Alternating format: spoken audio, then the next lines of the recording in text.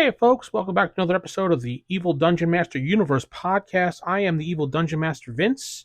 Hopefully, we're having a great time listening to these role playing game podcasts on Spotify or Apple Podcasts or even YouTube at this point.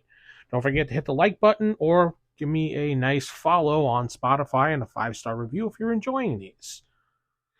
So, I wanted to talk again about, because when I was looking through my notes in my DC Heroes notebook for my Batman website, I had actually located a couple ideas I had wrote down as things I was using for a campaign. And one of the campaigns that came to mind was when I had a villain named Dr. Vortex, and he had the ability to manipulate energy and open up portals. So that was what he did.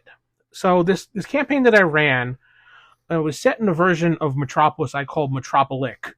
I had a tendency to rename DC cities so I could do my own thing, not worry about any canon. I mean, I could have used like real cities from the world, but I didn't want to have to worry about street names and towns and stuff like that because my players used to be like, "That's not a real town in New York," or well, shut up. So the villain, Dr. Vortex, had taken over the city. He was like a mad scientist type with the abilities to manipulate energy, and he figured out a way to create portals to other dimensions so he can pull things through and send things through. He used his powers to isolate the city from the rest of the world. So let's think that there was a big dome on the city. And he wouldn't allow anybody in. And he was ruling it with an iron fist. Now, you remember, I mean, I'm just a teenager here, so I didn't think about food, water, things like that. That was just like one of those things the villain took care of it. Who cares? Just a game. So he put this dome over the city. Our heroes, going back to what I've described in the Circe campaign, the Claw, the Dark Spider, and Ultraman were the only thing that stood between him and total domination of the city. Because, well, the Claw was the team's close combat specialist. The Dark Spider was the stealth and reconnaissance person. And Ultraman was the powerhouse of the group. So the group started out by finding out that Dr. Vortex had taken over Metropolic. They first had to find a way into the city because obviously there was an electrical barrier around the city, like a giant dome on the city, so like a bubble, electrical bubble, so to speak. Kind of think like, you remember that TV show Under the Dome, how they had that giant dome over the city? Think about one of those things, or whatever barrier around the city. So they had to figure out a way to get into the city. The Dark Spider was basically somewhat of a carbon copy of Peter Parker, so he figured out a way to combine various iron metals with a diamond so he can reflect the barrier enough so they can get inside. Now, the easy part was done. Yeah, you think that's the easy part, but that was the easy part for them. The hard part was navigating the city, dealing with Vortex minions, and the chaos his rule had caused. They encountered various challenges along the way, like energy barriers here or there. They had to use his special abilities to get through it now. And dimensional anomalies, where things would be backwards in time, moving fast forward in time. People would be warped into various stretch forms, so they'd be like a really tall, flat person, or a really short, thin-lined person. And it was just weird how it was just doing weird, just like as if you were on acid trips and things like that. And they had some brainwashed citizens. Obviously, the citizens were now brainwashed at this point, worshiping this great Dr. Vortex. So once the group figured out where his lair was in the city, the heroes finally confronted Dr. Vortex. It was a grueling battle, with Vortex using his powers to, as much as he could, like throwing open weird portals which would shoot out creatures that they had to fight, warped items like, pieces of cars or metals, and anything he could do to prevent them from getting to where he was in the lair so he can try to figure out how to escape, because I had him researching a way to open up a portal to get out of there really quickly, but he was not able to do that since he had to use most of his power and ability to hold back the three heroes who were trying to get in. Finally, after a while going back and forth, the Dark Spider managed to shoot a web with one of his smaller crystal, small diamond metal contraptions that he made, kind of like a little mirror, enough that it disrupted the energy barrier around Dr. Vortex, and the claw charged right in, just like Wolverine would do, and got a nice frigging critical hit right on his chest, stabbing him right through the heart. Dr. Claw, stumbling backwards, fell into one of his portals that he opened up at the last minute. Now, we don't know. I never actually continued with Dr. Vortex. But he fell through one of his portals that he opened up in an emergency. So I never decided. It could be like, the Phantom Zone for all I know.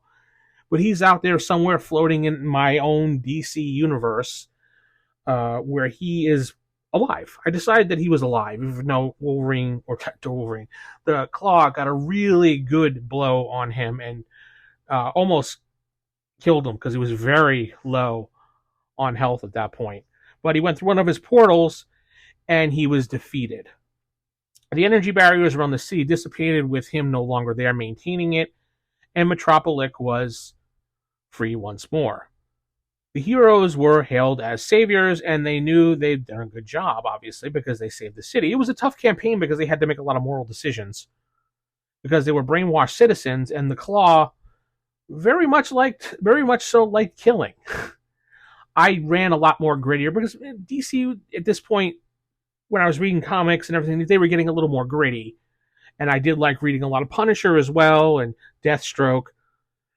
So my campaigns were gritty, so I let the heroes get away with kills that were conducive to the campaign. So if it was a bad guy that needed to die, then they could die. Especially if the bad guys are trying to kill them.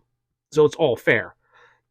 Yeah, I know in superhero games you're not supposed to kill as a hero, and you get hero points taken away from you, or if you're playing Marvel, it's karma points, automatically you lose them all. And it happens. I mean, one of my favorite games that I was playing a couple years ago, they were playing it, and I said, okay, if you guys can get through 5 minutes of not killing anybody on purpose or accident, you will not lose karma. It took them exactly 1 minute into the game session that day to kill him. I was like, you lost all the karma, guys. So, yeah, that happens. But it was a tough campaign, but they came through in the end. It was a great experience for all of them. They actually really, really liked it because of they had to actually figure out how to get around all these people that were trying to kill them, but they were brainwashed. So you got those moral dilemmas. And the Claw had to actually, instead of killing people like you like to do, had to actually not kill them. And Ultraman was basically the heart and soul of the group. He was mimicking Superman, and every time the Claw would try to do something that would kill somebody or want to kill somebody, he would step in and be like, listen, we're supposed to be good guys. Good guys don't kill. We try to help out and see the good side of everyone. So the Claw reluctantly listened to him, while the Dark Spider just basically kind of giggled to himself, because the Dark Spider wasn't into killing all that much. He was more of a reconnaissance type guy. He would try to tie people up, or sneak up from behind them and knock them out, kind of like a Solid Snake type character. Even though I don't think that really existed back then, though. Well, there was a Nintendo Solid Snake, so it may have existed. I don't remember. But that's what he did mostly in his in our campaign sessions. Now I have a lot more of these written down, not word for word, because I'm going off a lot of memory here. But I did keep some kind of notes, some scribbles on things of what that happened, just to remember it in case the campaign ever did continue with these 3 characters and these 3 players, which we never did. I played various games with these guys, but we never went back to DC. I mean, that's just how we were. When we were that young, we played games and we jumped from game to game all the time. It just, whatever interests you at the time, that's what you're going to play. And sometimes, at that age, you're just like, yeah, I want to play Turtles. Okay, I'm bored with Turtles. I want to play D&D. All right, I'm bored with fantasy. I want to play a sci-fi game like Star Wars or something. That's just how it happens. You just play whatever you think is fun, and that's what we did. But we played it for a good portion of the summer, into school, like I said, into Christmas break, and then I think we played 1 or 2 more games after Christmas break. I don't remember. But I know it was a good time, and everybody always enjoyed playing, but I guess we just never got back to DC. We played more. Unfortunately, we played more Marvel. I didn't really run the Marvel. My other friend did. He loved it a lot, so that was just how he ran things. But sometimes I like to play, and every GM should at least try to play once in a while. I don't really play much anymore because I'm always running games for my group, and no one else wants to run games, which I don't have a problem with. But yeah, I like to try to play every once in a while if it really interests me. Sometimes games just don't interest me, and that's understandable. So I'll just run the game myself. Like we've always said in the past, if you don't like the game, you're happy to run your own game. And I was that person, be like, yeah, I'll run my own game. And people were happy with that because then they didn't have to worry about being a GM the whole time. Well, hopefully you enjoyed this story. Tell me what you think in the comments. Tell me what you think about on Spotify. Also, I usually try to leave up a poll if I remember, or like there's what did you think of this episode thing where you can just fill in I thought it was cool or something on Spotify. So you can go to anchor.fm/theevildm to get all the new stuff involving my DM Universe podcast. And you can head over to youtube.com/theevildm if you want to do the audiogram version there if you like YouTube, because a lot of people like YouTube better. I don't know. Hey, I'm here to give you what you want. With that said, I'm going to head out, keep it original, keep it old school. Good night, and God bless everybody.